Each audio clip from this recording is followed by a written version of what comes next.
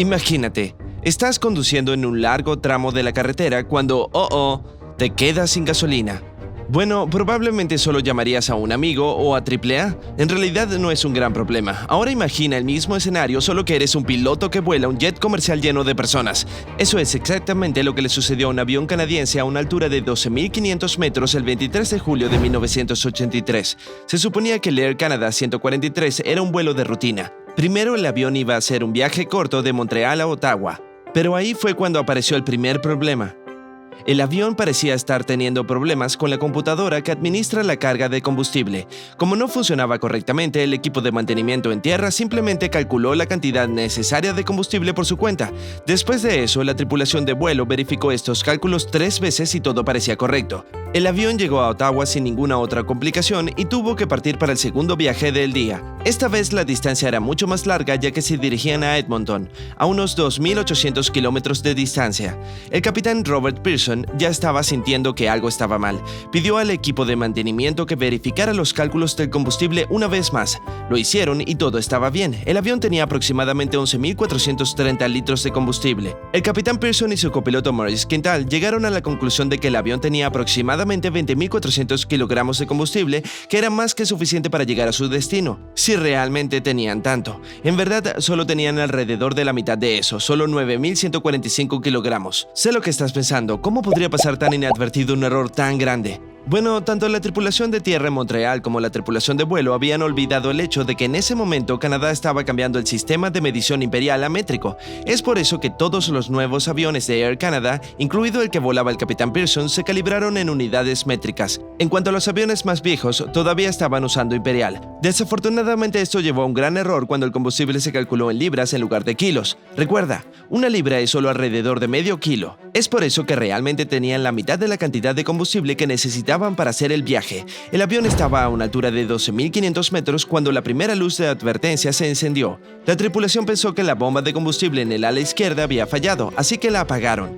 Y realmente no es tan importante si una bomba de combustible se apaga. Un avión todavía puede volar. Sin embargo, unos minutos después, se encendió la segunda luz. La tripulación sabía que tenía que ser algo más serio que una coincidencia. En ese momento, el avión estaba a medio camino de Edmonton. Fue entonces cuando el capitán Pearson decidió cambiar de rumbo y en cambio dirigirse a Winnipeg para un aterrizaje de emergencia. No mucho después, el motor izquierdo dejó de funcionar por completo. Entonces la alarma se disparó indicando una pérdida completa de ambos motores. El avión se había quedado sin combustible. A pesar de sus años y años de experiencia en vuelo, ni Robert Pearson ni Maurice Quintal habían escuchado este sonido aterrador antes. Los pilotos buscaron desesperadamente en los manuales para descubrir cómo enfrentar una emergencia de este tipo. Desafortunadamente no había instrucciones sobre qué hacer si ambos motores están apagados. Además, una aeronave necesita su motor para controlar todos los sistemas. Entonces la tripulación estaba literalmente piloteando un enorme avión sin electricidad, hidráulica o potencia. Lo que es peor, los pilotos no pudieron usar los instrumentos que necesitaban. Además de eso, el control del tráfico aéreo no podía guiar al avión porque su respuesta de radar, que normalmente funciona con los motores, tampoco funcionaba. Eso significaba que el ATC de Winnipeg tenía que usar una regla antigua de medición. La colocaron en el radar para averiguar la distancia que había viajado el avión. Luego utilizaron este número para calcular la velocidad de descenso del avión. Esto les diría cuánto más podría viajar el avión. La única salida era deslizar el avión hacia abajo y esperar que pudiera aterrizar de manera segura. Por suerte para los pasajeros y la tripulación, el capitán Pearson era un piloto de planeador altamente experimentado, pero aún así nunca antes había tratado de deslizar un Boeing 767 con todos los sistemas apagados. Pero el problema más grave fue la pérdida de presión hidráulica. La cosa es que un Boeing 767 tiene lo que se llama una turbina de aire de ariete. Eso significa que cuanto más rápido avanza el avión, más rápido gira la turbina y mejor funciona la bomba hidráulica. Cuando un avión disminuye la velocidad para aterrizar, la turbina deja de girar rápido y hay una caída en la presión hidráulica. En resumen, la capacidad de un piloto para controlar la aeronave disminuye junto con la caída de la presión hidráulica. De todos modos, después de que la mayoría de los sistemas del avión se apagaron, comenzó a perder altitude altitud a una velocidad de 610 metros por minuto. Después de hacer algunos cálculos, tanto los pilotos como los controladores de tránsito aéreo llegaron a la conclusión de que el avión no tenía ninguna posibilidad de llegar a Winnipeg. Fue entonces cuando finalmente tuvieron algo de buena suerte. Maurice Quintal pensó en la cercana base real de la Fuerza Aérea Canadiense, a solo 19 kilómetros de distancia en la ciudad de Gimli. Aún mejor, ya no estaba en uso. Quintal conocía el espacio aéreo y las pistas de aterrizaje en el área desde su tiempo en el servicio. Entonces, todos estuvieron de acuerdo en que aterrizar en la base aérea abandonada era la única solución posible.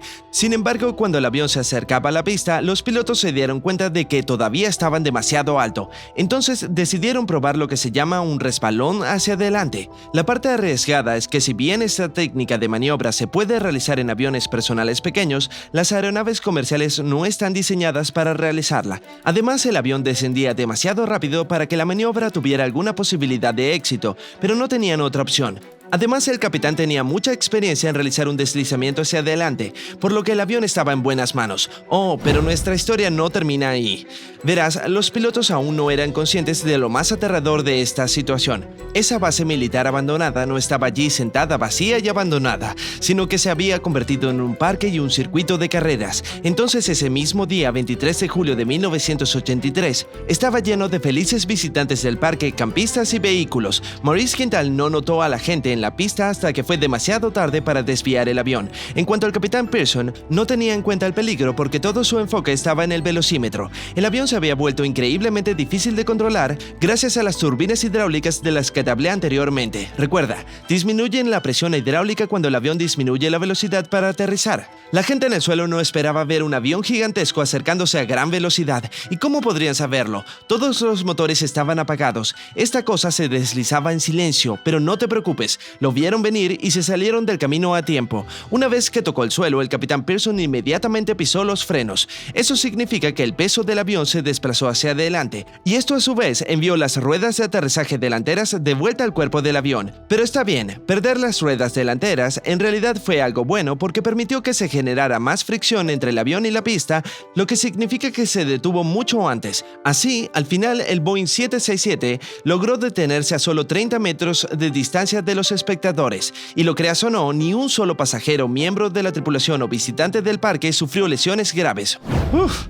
Todo el incidente fue apodado The Gimli Glider, y después de recibir algunos reclamos de la aerolínea por ese error de cálculo inicial de combustible, ambos pilotos terminaron recibiendo el diploma de destreza aeronáutica sobresaliente en 1985. Curiosamente, otros pilotos han intentado aterrizar un avión en las mismas circunstancias en un simulador. Sin embargo, todos sus intentos llevaron a choques. Maurice Quintal consiguió un ascenso y se convirtió en capitán en 1989, y Robert Pearson voló con Air Canada durante 10 años más antes de transferirse a otra aerolínea. Sin embargo, lo más interesante es que después de que se reparó, el famoso Boeing 767 siguió volando mucho después del accidente, 25 años más para ser exactos.